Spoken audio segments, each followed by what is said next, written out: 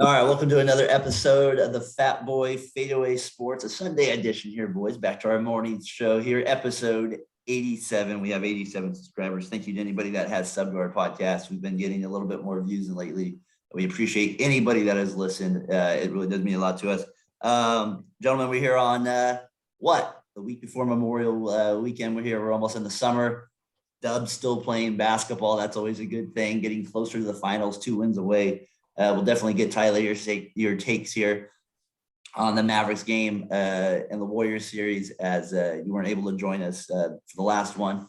We'll also get into maybe it's kind of a history podcast a little bit. I'm going to got to get into the Splash Brothers a little bit. We'll talk a little Charles Barkley history with the Warriors, kind of get into some NBA lottery history. We'll even try to touch on the Tim Anderson, Josh Donaldson incident yesterday at the Bronx. And we'll go from there. So, Tyler, first of all, what's going on, man? We haven't seen you in a few days. What's up? Not a whole lot. Just got back from graduation at Chico State. It was a lot of fun, a little warm, but other than that, I'm doing well. Was Chico State the number one party school? Is that I don't think so anymore, but it was at one point. The bar still at one point. Well, I had the number one college bar. Gotcha. That's what you said it was. Casey, obviously, you're going to do the podcast today, and then you'll do the one tonight. And you'll be out for a little bit working. So I'm interested to get Tyler's takes here on the semifinals here. But how you doing? Doing good, man. Kind of battling through some injuries right now, but I'm making it. I'm going through. You know, it's just it's a blast every time I get to join you two for a podcast. It's nice we're like a family now, and we've always been family. But yeah, every Sunday, man, this is like technically, hopefully we have been family. Oh boy, unless I was missing something along the way there. It's just like we family, man. It's always nice on a Sunday morning. I always look forward to it. It's like one of the best parts of my day, best part of my week, honestly. But I love you guys, and I'm just ready. I'm stoked. I really am.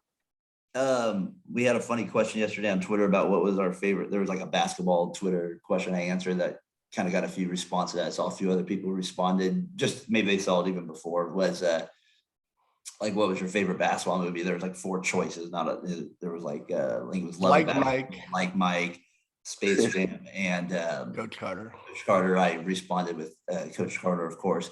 For Xavier, I put Space Jam 1 or 2. It doesn't matter. I've seen both 1,000 times. But I thought I'd maybe think about some of the other good basketball movies out there.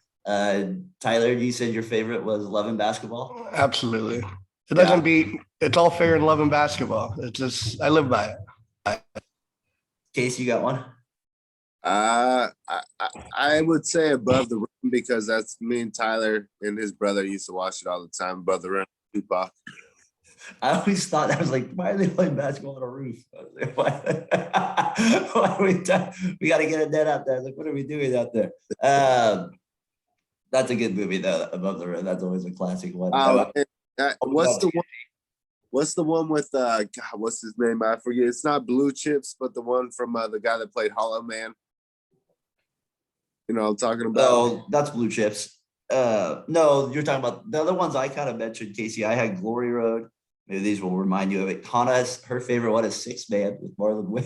Six Man. I hadn't seen that one. That's a classic. I started dating her. I always like Rebound, a little lame kids movie with Marlon. I don't know what that one is. I like Hoosiers, of course, and then I had Semi-Pros, kind of a goofy one on there as well. Clay Thompson. All right. So with that, we'll get into Tyler. Your take here. Warriors up 2-0, conference finals. Your just initial thoughts of the series. First off, great job on the podcast. It was very enjoyable. I listened to it twice. Oh, very nice. It was good stuff. I enjoyed it. As far as the series and game 2 especially, the Warriors are too much, especially with Looney Olajuwon playing the way he's playing. Scoring 22, getting 12 boards, and then game 1 what he did. And my biggest issue is just Dallas isn't, outside of Doncic, they're not good enough. They had like 29 threes or 29 shots by all their role players. That excludes Dinwiddie and Jalen Brunson, and 26 of them were 3-pointers. They just have one-dimensional guys who can't do enough. Maxi Kleber's, you can't even play against this team. He's too slow. Davis Berton can't guard anybody. Yeah, I mean, there's a chance until we get one on the road. There's always going to be a chance, like because if they can always sneak up and beat it. They were up by 20 for God's sake. Don't you think that Dallas will be a little bit more like they big kid even made this speech after kind of like we're going to be more. We bailed them out by shooting too many threes, basically. Don't you think that's going to be a little bit more where Luka is going to try to be a little bit more driving, maybe do what Wiggins is doing for the Warriors? Wiggins isn't settling as much. He's kind of taking people off the dribble, forcing the issue a little bit more, getting guys in foul trouble, missing free throws. But you get the point. Like, you know what I mean? Do you think Dallas will try to make that investment too? Dallas has 0 rim protection, so we can do that. Like, Dwight Powell is not good enough. He plays 8 minutes. At least we have Looney and we have Draymond, who's not the best rim protector for how great he is at defense when he's playing good, but he still can do it well enough with his positioning and stuff. And Dallas has none of that. Like, they just don't have a rim protector to slow Poole, Curry, Wiggins down from getting to the rack. I always worry about momentum though, guys, in games like this too. Like, basketball can be tricky sometimes. Like, you never know if an injury and a lot, like, you just don't know, right? Like, so I just feel like let's get it done. Let's not mess around with Dallas. You've kind of proven that you should be better than them if you stay focused throughout the whole game.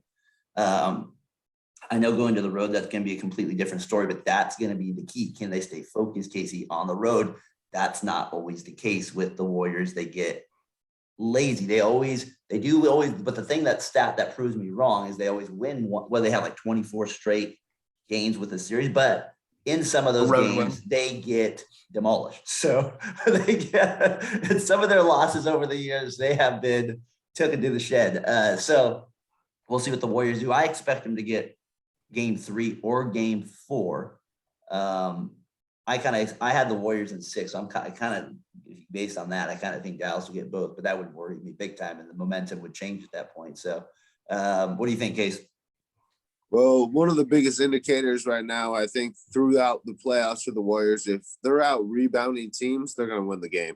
That's how it goes. Otto Porter Jr., that was a big, just him coming back. It really does, man. It solidifies, just that like 8-man rotation that they got going on. Hopefully they get GP2 maybe back. I've been hearing a little rumors that he might be coming back. But I just think the Warriors, they keep playing like they got to do. It's their trend, right? I mean, they fall down in the first quarter and then they pick themselves back up. So frustrating. It's very infuriating. It's frustrating to watch, but, it's kind of like a boxer. Damian Adams, him, we love that boxing game, but I feel like it's feel out process. Like, you kind of let the guy hit the jabs and you take the punches, and then you kind of understand like, all right, this is what he's going to do. So then is the second quarter, they start rolling, third quarter, then they just bam, and it's all over from there. And the thing though that does worry me is Jalen Brunson got off last game, and I know Spencer Dinwiddie did not have a good game. So I really, the Mavericks play so much better at home.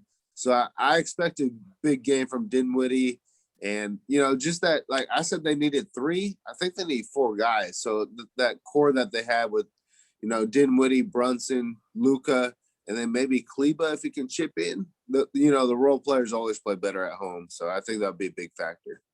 My biggest worry too is Wiggins' injury. I don't like anything like that. I know he's playing in game 3 and stuff like that, but I don't want anything with those ankles. No, we need you in this. We need you to become an important piece. So don't get hurt now. You can be frustrating at moments, but we need your defense there for sure.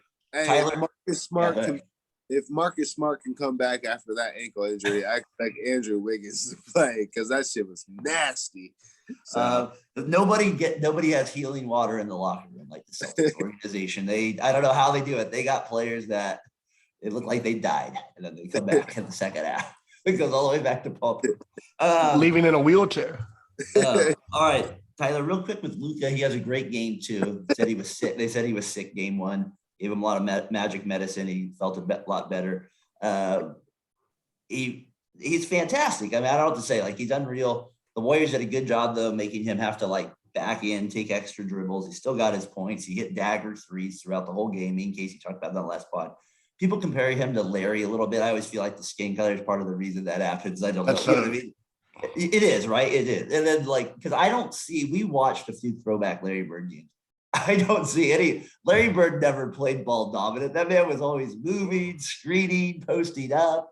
He was never played like that. Like maybe he had a good feel for the game and he could have played like that, I'm sure. But I don't see any similarities in the way they played at all. I just don't. What do you think? I just don't. I agree wholeheartedly. If Larry Bird was being ball dominant, it was from like the wing and triple threat, one dribble pass or one dribble shot. It was or coming off a screen and then hitting McHale rolling off the screen. It was all quick. And like these guys put up these numbers, but they're so like I'm not gonna Luka's spectacularly special, but there's these guys that play today are so one-dimensional. They can only play on the ball.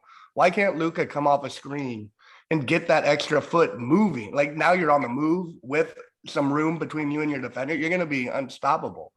Like I don't get why Jason can do that. I don't know why any of these. It's like a new like that's why I love Kevin Durant so much. He can do both. Like and he liked doing both. Yeah, but he got tired of it very quickly. Yeah. But he'll still come off screens and stuff, like and play from the high post and do that stuff. I don't know. I hear you, Case. I was just saying that the only similarity that I see between Bird and Doncic, besides the color, is the post-up game. They do have a little bit of that. Really, you see a similarity there? Yeah, a little bit. Yeah, I do because Bird was about 6'9", 6'8". Doncic about 10, 6'9". So when they do get their man, and it's more so on the baseline, they do back them down, do that little fall away. So I could see that. Other than that, I mean, the passing, I get it, but it's a different type of passing. Bird, to me, is a better passer. I know Doncic is amazing, but Bird's, he's incredible. Yeah. If you ever watched his games, you know how good he was. But I mean, the way they play the game, to me, is the biggest difference. Bird I never saw him really complain. He just talked mad shit and was just like, I'm going about my business. And one of my favorite stories, and I heard on KBR and Tom Tolbert, anyone that listens to it, Tom Tolbert, Adam Copeland, big shout out, always a listener. Tom Tolbert said he rolls up in the floor and they start the game and Chris Mullin and they're on the floor and he looks at him, he goes, are you guys really going to guard me with a white guy today? I've heard him say that story too. It's pretty. I just don't see the comparison. I get you on the post game. I just don't see that either. I mean, to me, there's always a little similarities here or there, but I just don't see them. I just don't see their game the same at all. Casey, you said something about Larry Bird not complaining. Do you think that has to do with you could throw a punch at a guy and not get ejected from the game like back then? Too. I can't believe he did complain. Man, I don't know. I think it was, maybe a little bit T, but I think it's just more that's how he was, right? You know, Larry Bird was just like that old school type of dude. Like, he's just like, I mean, he played against Magic, right? I mean, like The Last Dance, like, you heard his quote after he got done playing Michael Jordan. He's like, you bitch. Like, he like, you respect game, you see game, and it's just like you played. That's all they did, right? Now it's a little different. You got more money, sponsorships and all that. It's like back then, I felt like I'm talking more of the referees. Like you can't even. Oh, he always complained to the referees. I can't throw an elbow. Complain. I can't believe that. Do you think so? There's no way we watched enough games. No, he didn't complain to the refs. He had to have complained a little bit, not like maybe the other Luka. But not the way the players do today. I mean, I feel like almost every play there's like someone whining. Yeah, we always when we did go back and watch those games, we did notice that was a difference there for sure. Let me move on here. I kind of want to get to a lot of different things here still. Speaking of the series, the Splash Brothers. I don't know why they just kind of feel a little bit more important to me this year. Maybe I'm starting to realize they're getting closer to the end of their career, to the front part of it now. And there was a lot of bad basketball in our lives for a long time. And so I was trying to explain that to my Dave the other day. He's like, I haven't watched basketball in a while since like John Stockton days and stuff like that. And I was like, well, imagine your little team that you like. This is kind of my dynasty here. I don't have any other team like the A's or the Raiders have really kept teams together and players together. So they've kind of always just kind of been in there, always been consistent and stuff. Right from the part where Clay arrived on the scene, they made the playoffs that next season that he kind of got full playing time the year after they traded Ellis, of course. So what I kind of wanted to do here was I was so interested in kind of just their kind of longevity together and how rare that is, especially if you had Draymond to the mix in NBA now. I kind of wanted to look back at some of their history here. So I literally went back and looked at all of their playoff games. We're not going to go over all those games or something like that, but I just kind of wanted to really kind of see again what the actual stats were, how they performed in playoff games going throughout the years. And I'm going to kind of call this like part one here of the Splash Brothers review, kind of the start, I feel like, of them getting into that to part two. We'll kind of say Tyler says it, the meat and potatoes, like the real prime of their career. This to me is how they started out and how they became what they are now. So let's go right to the beginning, their very first playoff game, right? Versus Denver. That was the first series they get in together.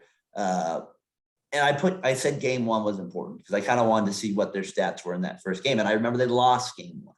And I remember thinking, though, in that game, I was impressed because if you remember, Curry did hit the game tying 3 for a moment. And then Andre Miller, of course, wins the game there with a 2 in game one. But I remember thinking that was a big game because the Warriors were able to stay close on the road and Curry was able to hit a big shot to tie the game. And a lot of people forget about that shot.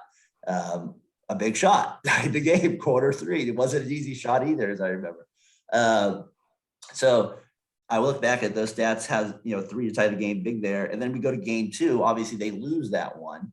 So you're thinking they have to, we'll see how they respond. Game 2, that's kind of like a character builder for young players. Like what's the start of that system a little bit there. Curry and Thompson respond with 9 threes combined. Oleg cracked me up on 16 threes. And usually now one of them is jacking up 16 alone. And this is back in 2012-13 season. All the way back there, gentlemen. This is like 9 years ago. This is when this started, like their little run. That was their first big kind of game together, first little baby game together where they kind of made a run there, kind of got people's attention. They end up winning 131-117 at Denver. And then the other one in that series was game 4, of course. That one to me, the moment that sticks out is the run Curry made. The little blast there where everybody gets that attention, where he gets that little third quarter spurt. So I went back and I was like, what were the stats actually? His first kind of big run in the playoffs, gentlemen, 22 points in that third quarter. He ended up going 8-11 overall, 5 from 8 from 3 in that quarter, hit 4 of them in the last 4 minutes of the quarter as well. So that was kind of his first coming out party where, like, I remember people talking about on the radio about they were tweeting about it and that kind of stuff and him kind of being a big deal. So those were the kind of the first initial ones, Tyler. I kind of remember with Denver. Any of those ones stick out to you? The third quarter is what I remember. Just every third quarter, we'll get into it more. I'm sure you'll. Yeah, I got to show more third quarters. Yeah, that's what I remember. And I remember when I'd watch a game with you, you'd be like, "Let Andre Iguodala shoot 3-pointers." When they were playing the Nuggets there. Yeah. So Casey, I'll let you have the next one when I get to the next series here. So that was kind of that first series. They end up winning the series 4-2. The rest of the series and the games never really stood out to me. The only one that ever stood out, Case, was game 6, where they couldn't bring the ball up to half court for the last 2 minutes of the game. It almost blew the game. They literally were up 10 and they could not bring the ball up half court. It was like, oh my God, what's going on here? So then, Case, we moved to game 1, San Antonio. That's the big game that stood out to me as well in that early go with this team. The Splash Brothers rise there, and you get Ginobili, the game winner. Obviously, that they lose the game, but Curry again, 44 points, proving to me he's arrived. He's starting to be a player. We thought he has a big second quarter there where he goes 4 from 6. I remember that being a big deal. Dick Stockton doing the game and Chris Webber thinking they were going off, like, unbelievable. And I look back now and I go, 4 threes? That's not too unreal, but some of the ones he was hitting, the NBA just wasn't used to this run yet that he was kind of go forward with here. And then we get into the next game to me, game 2, because I haven't mentioned Clay very often yet. And then all of a sudden, Klay has that game. He has that game too, where he goes 7 of 8 in the first half, finishes 8 of 9 for the whole game. I think he had, what do we got here, 29 points in the first half at San Antonio in game 2, showing he's a playoff performer after he sucked in game 1, fouled out with some bad fouls in that game against Ginobili. He redeemed himself. And I just remember that being a big deal there in my mind, him coming through. So that was kind of the first Klay game for me. They end up losing that series 4-2 case, but that was kind of like those games where I'm like, okay, the Splash Brothers they're arriving now. They lost that series, but now they're ready to kind of ascend here. Maybe your thoughts of any of those, that San Antonio Denver game real quick, and then I'll move on to my last piece here. Yeah, there's a few points I want to hit on. First one, Andre Iguodala, I think he glossed over. That was a big changing point because when they played that series, the next year he did join the Warriors, and that really solidified them as a group. And that changed, and I've read the book. I'm blanking on the name right now, but after he saw the style of play, that, it really brought them hope. They won the championship the next year. To Stephen Curry during that series, he was battling with injuries. It was just tough, man. It was hard to watch, but Steph and Klay, man, you could tell they were up on they were just coming up. You could see the confidence, the way they were playing. Mark Jackson did a hell of a job just giving that confidence to those young men over there. And it was just, as Warriors fan, we've been through so much, man. It's just dog days, shitty basketball, to be real. I mean, it was awful basketball. And then, going forward, man, hold on a sec. I don't want to go too forward. I'm more just focused on the Splash Brothers here. So let's get into the game 7 real quick here of the when they start to play the Clippers. These are the last few ones that kind of stood out to me in their little rise here. Curry in that game 7, they lose the following year. That no real big game stood out to me in the memory of that Clipper series. More the Donald Sterling thing stands out to me there, that series. And then it goes on to Curry. He ends up with 33 points in that game 7. That kind of stood out to me. I kind of wanted to see how he responded in that loss. So Klay struggled in that game. Green had a good game in that game 7 there. But then I wanted to, finally, the last part of it was the finals in that series. And I thought it was interesting how much Klay struggled in that series, going back, looking at the finals, how he was not really very consistent at all. I think the last game they won the championship, he only had 5 points. Curry was one that more carried the series. The only big game that he really had the next year, to me, was the big game where it really started their kind of ascend together, was that game 3 in New Orleans, where they end up going 13 of 30 together. It was the one where Curry hit that game winner, or tied it to go to overtime, against New Orleans. Anthony Davis looked like he fouled him crazily in the corner there. The Curry brother was there, excited. So I felt like they ended up with 68 points combined. That was kind of, to me, the first one where they really both at the same time, looking back at the stats, really had a great game. And it kind of took the second year to kind of get going there.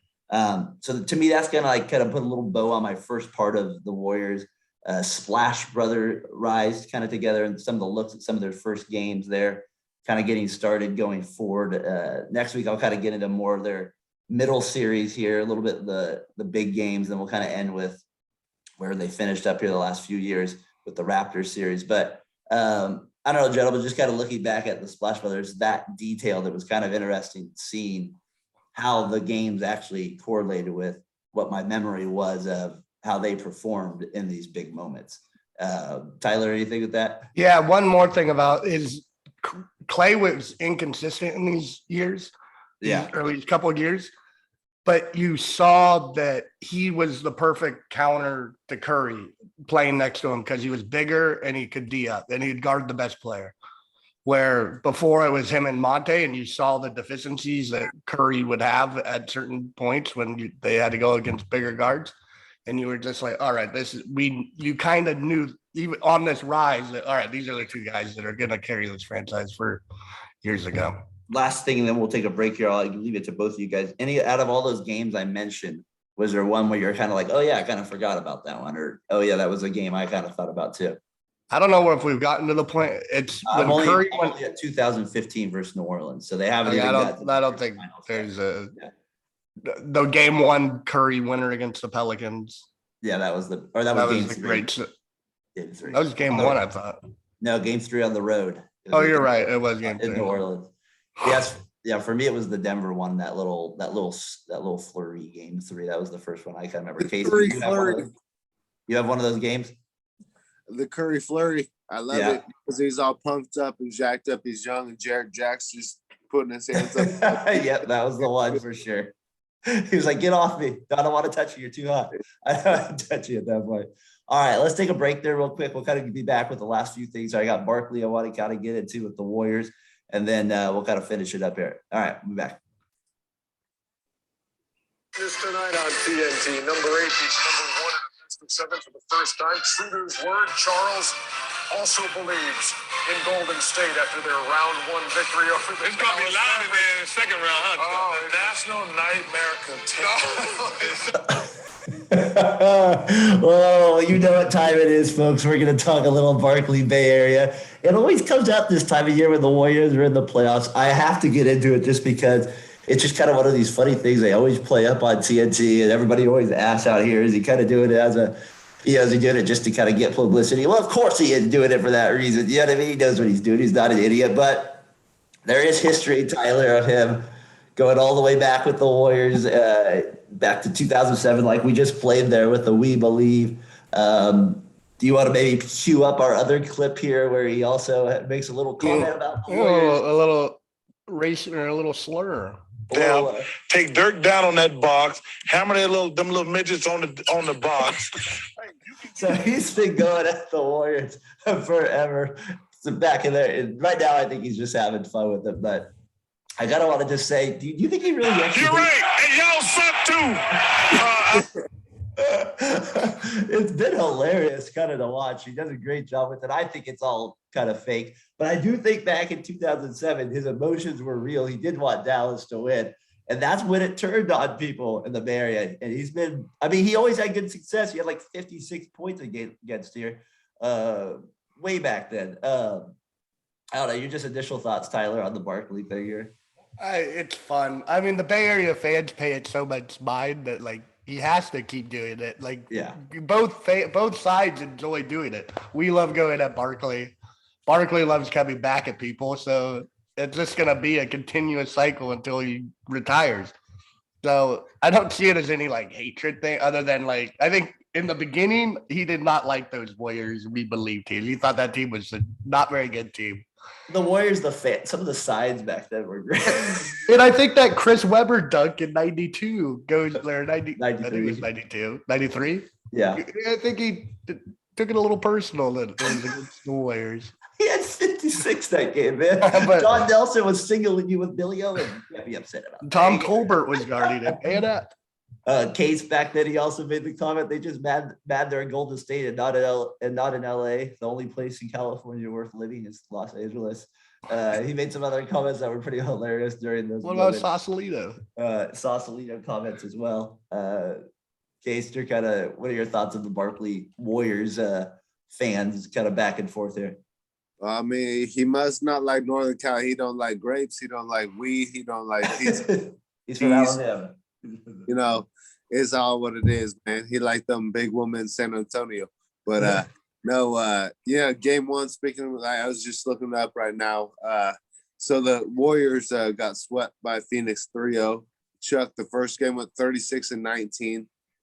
In the closeout game went 56-14. So I think, just maybe he just doesn't have respect for the Warriors, because he played them.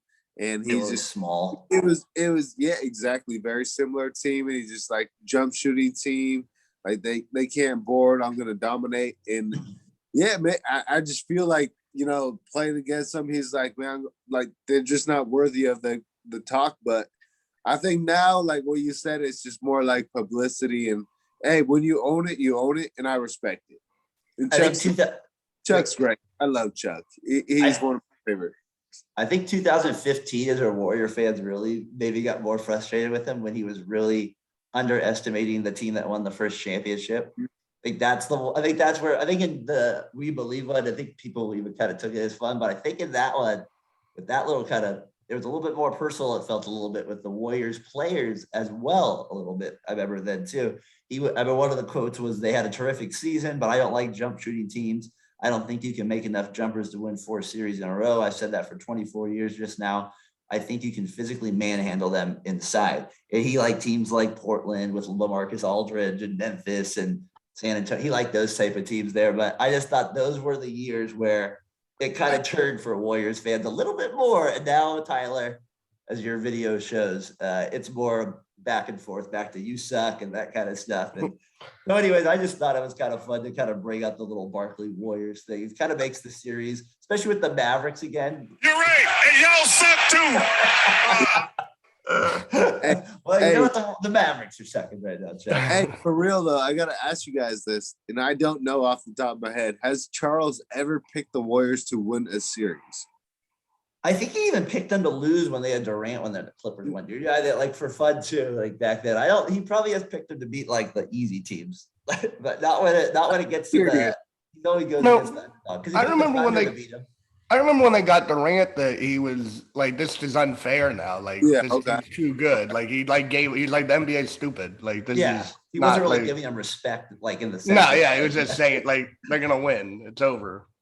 I think he has respect for obviously Curry and Tom. You know, he loves all those guys. He's not an idiot, like from that standpoint. But I think he really did believe back in 2015 they weren't going to win a championship. But I don't think he watched them enough to realize how good they were enough back then. So, hey, but those chants from the Chase end, those are real chants. Like those are passionate. Like WWF out there.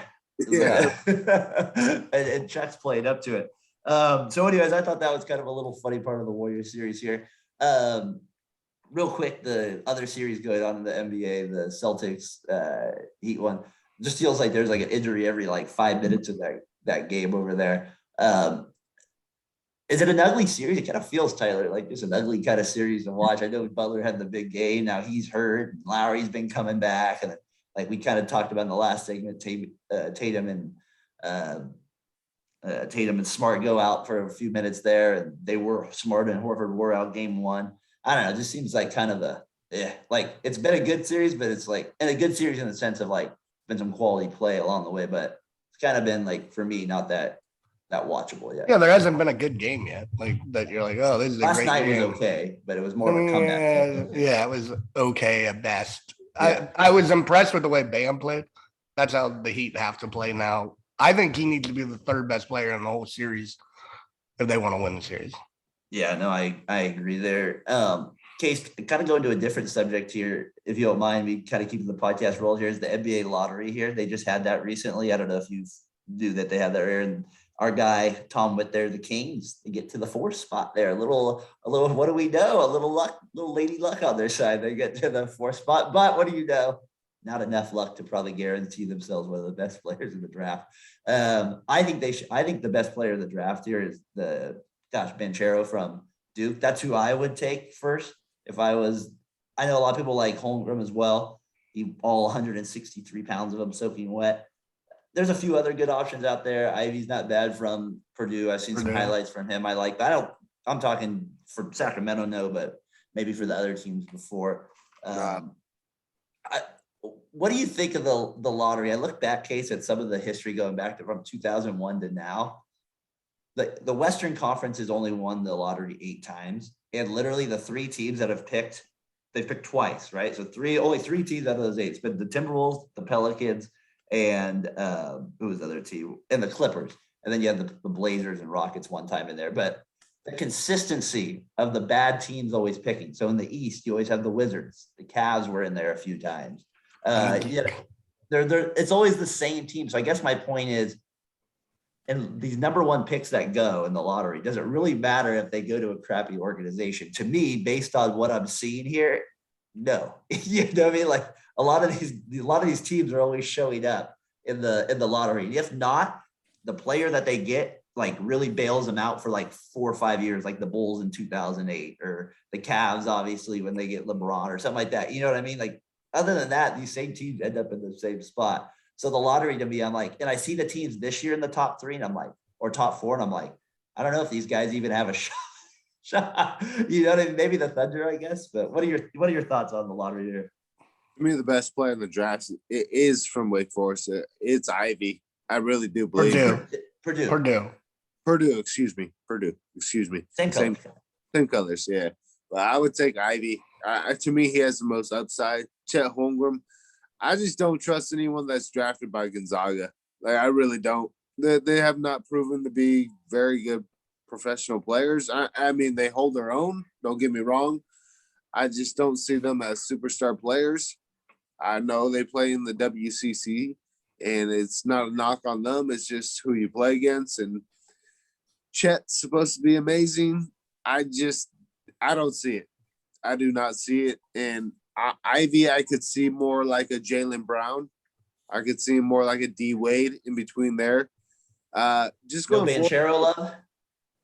What's up, my man? No Banchero love from Duke. Nah, I think he's good. I think he'll be good, right? Like, I watched so much Purdue basketball this year. I don't know, for whatever reason. That's a random team. Every Big Ten Sundays. Every time I turned on my TV, it was Purdue. It was straight up Purdue, like every time. So I watched them all the time. But just to your point about the NBA lottery, I love the format, how they changed it. It's so much better now. It's just life changing for all the guys. But to me, it's like when you get drafted, and I kind of disagree with your point actually about the franchise. I think it does matter. How can you disagree? Look at this. I have the stats in front of me. They're all the same teams. The Pelicans. These guys play for 4 years and then they leave that team because they can't develop enough players to be any good. That's where I'm coming from, T. That's my point.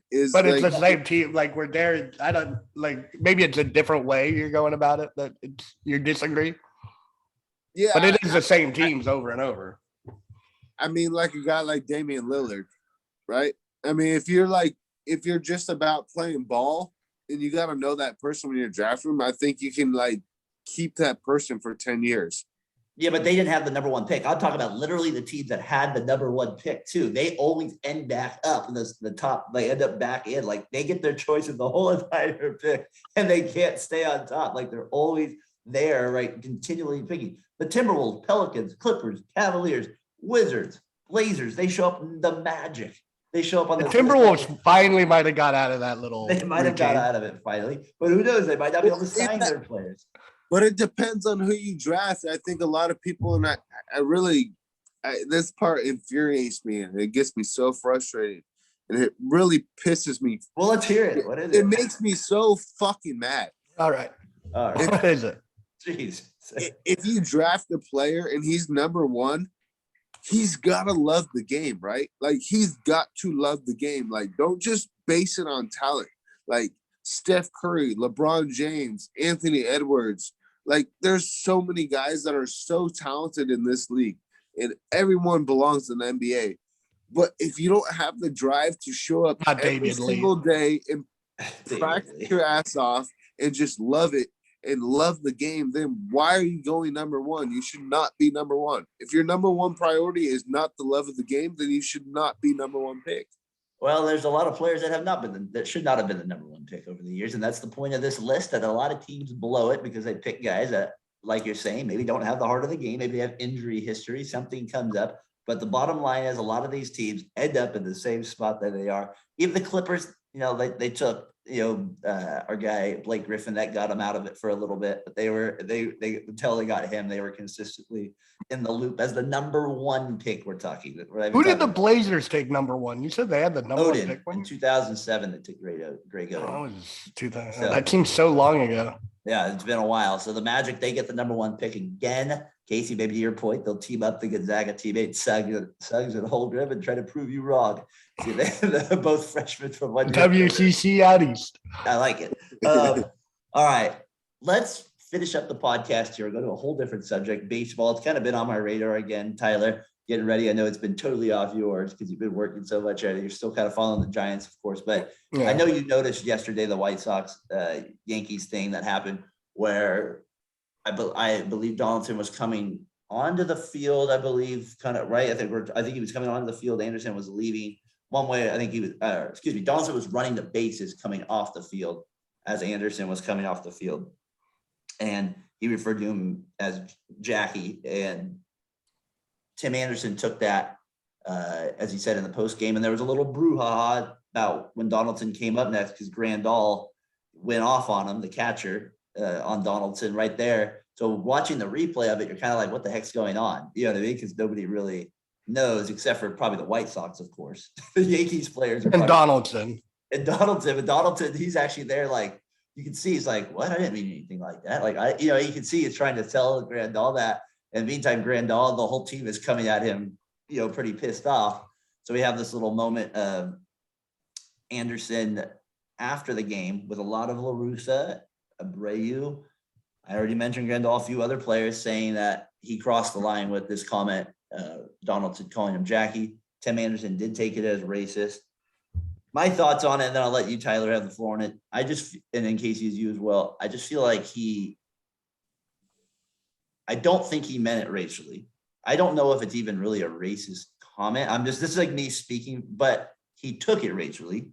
So obviously I need to think back and say, okay, how is that a racist comment? Well, maybe he's referring to another black man, and so that obviously triggered Tim Anderson to think that there's a lot of people that are writing stories out about how in an article he referred to himself as the Jackie Robinson as today.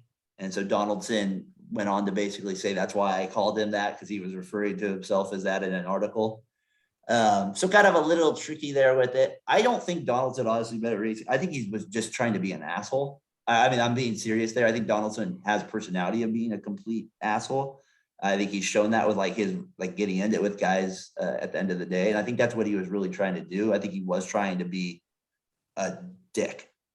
But at the end of the day, Anderson might have took it this way. I'm not so sure how to feel about it quite there. But I do know a man does feel it's racist and other people feel it's racist. So my natural instinct is to kind of maybe give it a little bit more time to think about it and to kind of hear more people reflect on it and talk about it to get my opinion. But my initial thought is I'm not so sure it's racist. I just kind of think that Josh Donaldson was just being a complete douchebag. Tyler. But if you're being a complete douchebag, then yeah, but I think more of a jerk. Why are you calling a guy Jackie? If you're being a douchebag. Call me if I'm wrong. If I'm being wrong, I'm just asking.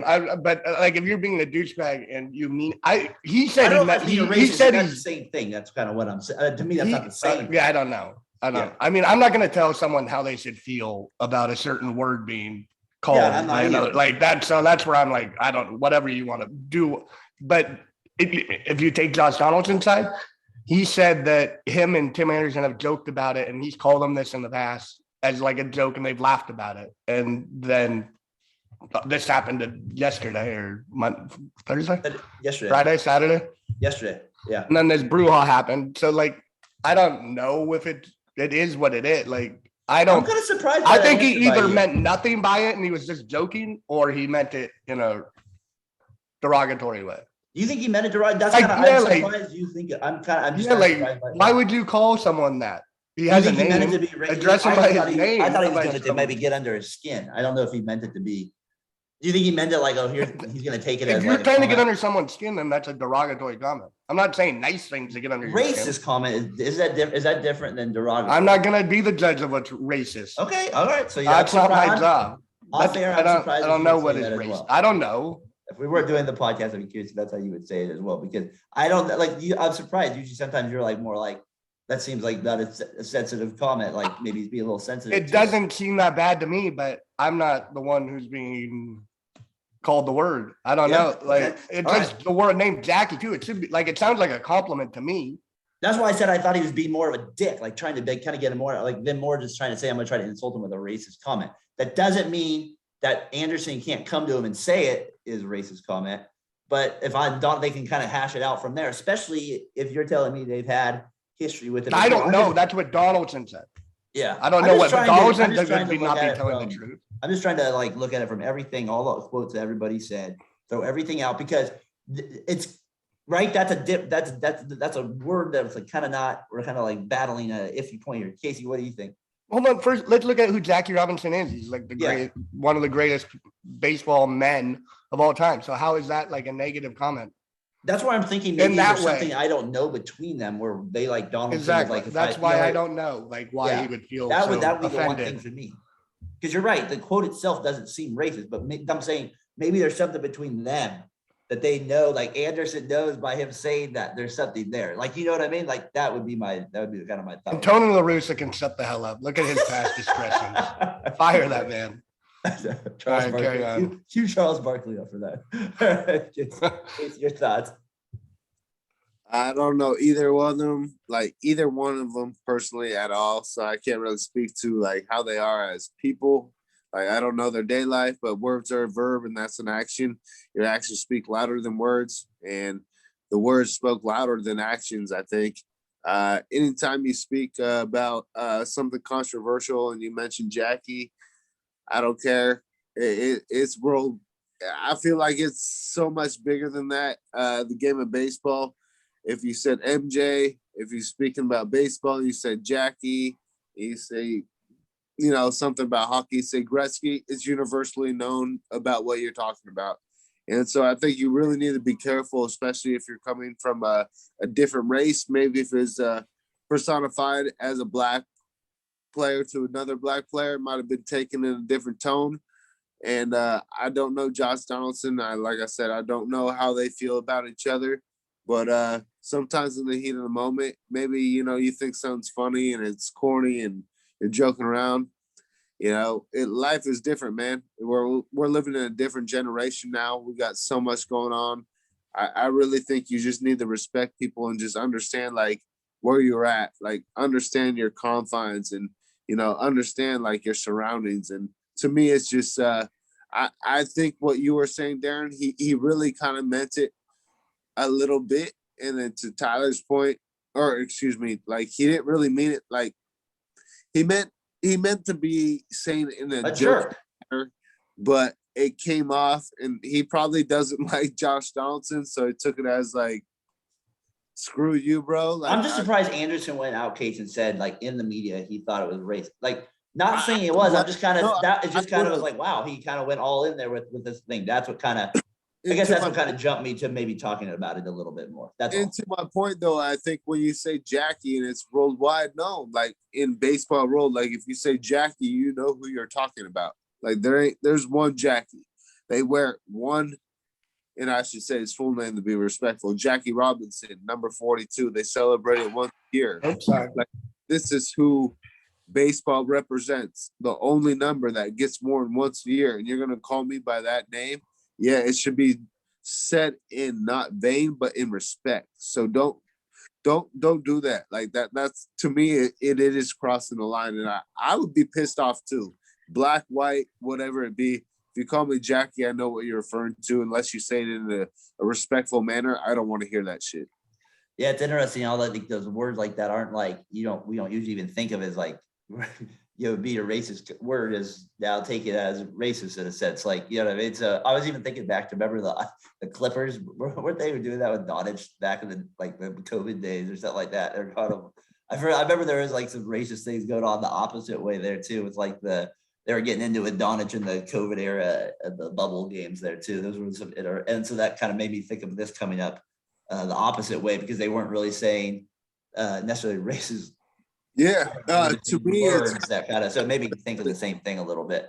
To me, it's like Patrick Beverley saying on First Take, and I was like, man, I don't think we could get away with that, just our skin color. And he's like, Chris Polacco, Cowabunga, whatever his name is, Kaminga, whatever. And Steven is like, no, it's Kaminga. He's like, well, he's a rookie. I'm like, to me, that's disrespectful calling him. If JJ Redick says that, you're saying that's a different tone. No. You can say Cowabunga. Yeah, that doesn't seem that bad, dude. I've heard people call him the cum bucket. If when someone says like my name, I want them to say my name because that's who I am. I don't want no like this is who I am.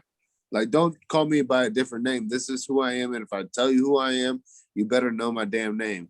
And I don't care if I'm not doing anything, but call me by my name. I know I'm on this earth. I deserve that respect to be. But to play devil's advocate, he called himself the Jackie Robinson of this era in a previous show. And that's why I think Donaldson was kind of be more of it. Like, just to play devil's advocate, I get where you're coming from. Like, I don't want to be called we're just kind of, Taylor or anything like that. So we're growing up, we're living in this world. Our kids are Tyler, living in this world where more people are calling people out on words that they're using and stuff like that, and not just holding on to it. So that was a good discussion to have for us to kind of bring up. We don't really talk about too many things like that. When we do, we lose a subscriber. So we'll see. Maybe we'll lose another one, dude, because of it. But anyways, I thought it was just we didn't really talk about anything. We're just kind of giving our perspective here and what we're seeing and trying to just have a conversation about, try to push each other's buttons a little bit on topics that we don't even talk about. That it's not like we get together and we just talk about these. So this is us being real and having this conversation. That's what I'm trying to tell people. Like, if they want to unsubscribe to it, fine. But me and you are just having a real conversation, and we're just trying to talk about things that actually happen in the world, maybe outside of just what happened with the ground ball to second base. So that's what we're just trying to do here a little bit. It's kind of what we talked about. Bart, we go in different funny segments as well. So anyways, that kind of puts a little bow on most of our main topics here on the Fatboy FadeAway Sports Podcast, episode 87. I want to real quick give a few shout outs here to a few people during the playoffs. Tyler, like I said, it's been really fun doing like the post game pods during the Warriors things. Makes me want to do kind of more of things like that going forward, try to make them even better. So we'll continue to do this a little bit. Hopefully people continue to enjoy those. I've really been listening and watching totally a lot more different podcasts as well as a result of it, because other people have kind of the same thing going on too. This guy Ant from Memphis, I kind of shouted him out last week because of the Irving jersey and the John Starks comparison that we talked about, being him. He's been a great follow, made the kind of interactions on the Twitter better. C. Lewis dropped the ball pod. Obviously, he does a good job. Obviously, we always talk about the guys in Memphis, but some of these new guys have been good joining. I've been kind of trying out some different, trying to explore with other people. They've been kind of fun. Some of these Twitter people in the conversation. Some of them get ridiculous. There's some people out there that are nuts and they're on there just for views. But Tyler, there are a few people that kind of are there for a few conversation. I might disagree, but there is some sanity out there on Twitter if you're looking for it and you're willing to take it, right? There's got to be something you don't mind. I love disagreeing. I love having an argument. Like if it just stays at that. Like even too many times it doesn't. And like even when we talked about in the movies, like there's even conversations you get about like that with like Coach Carr. So there's some good stuff out there once in a while. Oh, Twitter is 90% good for me. And it's been fun. And it's been fun. I think what we kind of want to start doing here is maybe getting some more interviews on here a little bit. So we'll kind of maybe start with that here, coming up here a little bit soon. So try to get some guests on here as well. Casey, best of luck. I've had 8 p.m. to 6 a.m. Yeah, good luck. I will not be texting you the Warriors games. You'll be shut out. You'll be in LeBron James playoff mode. No social media. Dark mode. It's more like 4 p.m. to like 8 a.m. or like, I don't even know. But yeah, it's going to be. All right. Well, then I was shorting you a ton. So 4 to 8 a.m. and then driving back home from Oakland an hour. So best of luck, my man. We'll talk to you in a couple weeks. Hopefully the Warriors will be in the finals, maybe trying to get close to wrapping up a championship here. So Tyler, boys, we'll see you tonight for a short podcast. Y'all suck too. Peace.